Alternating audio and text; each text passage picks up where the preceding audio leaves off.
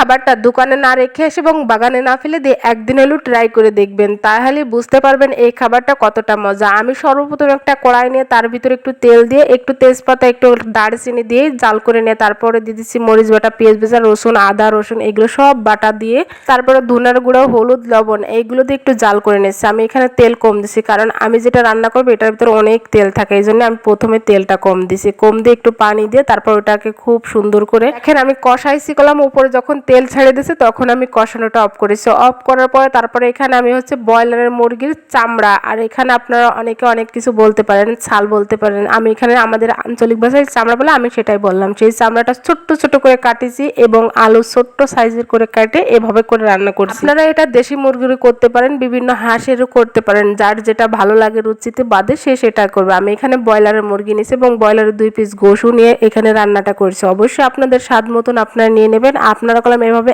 একদিনের রেসিপিটা ট্রাই করে দেখবেন। দেখেন আমি এখানে উলটপালট করে একটু বারবার করে নাড়া দিয়েছিলাম, আর এখানে পানির কোনো দরকারই নাই দেওয়ার। এখানে আপনি এভাবেই কলম করে নেবেন, করে বলতে কষাই নেবেন, ঠিক আছে। কষানো যখন আমি সেদ্ধটা হয়ে যায় তখন আমি এখানে যখন নিচ থেকে ধরেও যাচ্ছে তখন আমি এখানে পানি দিছি, কিন্তু তার আগ পর্যন্ত পানি দিন। আর এখানে কলম অনেক তেল বেরোয়েছে, ক্যামেরা আমি ওইভাবে করে বুঝাইতে পারি নাই।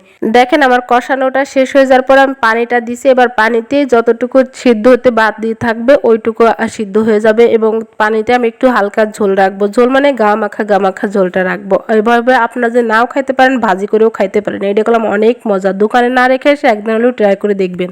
দেখেন আমি এখানে কয়েকটা ঘরে থাকা উপকরণ দিয়ে আর এই লাস্টে নামানোর সময় একটু মশলা, গুঁড়ো মশলা যেগুলো আমরা ব্যবহার করি সচরাচর ঘষে, সেইগুলোই দিছি এখানে। দেখেন আমার লাস্ট ফিনিশিং কালারটা কেমন হয়েছে, আর খাইতে কলম অনেক মজা ছিল। অবশ্যই আপুরা এবং ভাইয়েরা একদিন হলেও ট্রাই করে দেখবেন। দারচিনি, এলাচ, লবঙ্গ এবং জিরে এইগুলো ভেজে গুঁড়ো করে তারপরে ভিতর দিয়ে দিছি। দেখেন লাস্ট ফিনিশিং এর কালারটা কত সুন্দর হয়েছে। আসসালামু আলাইকুম। যদি আমার কথায় ভুল ভ্রান্তি ক্ষমা দৃষ্টি দেখবেন। আল্লাহ হাফেজ, সবাই ভালো থাকবেন।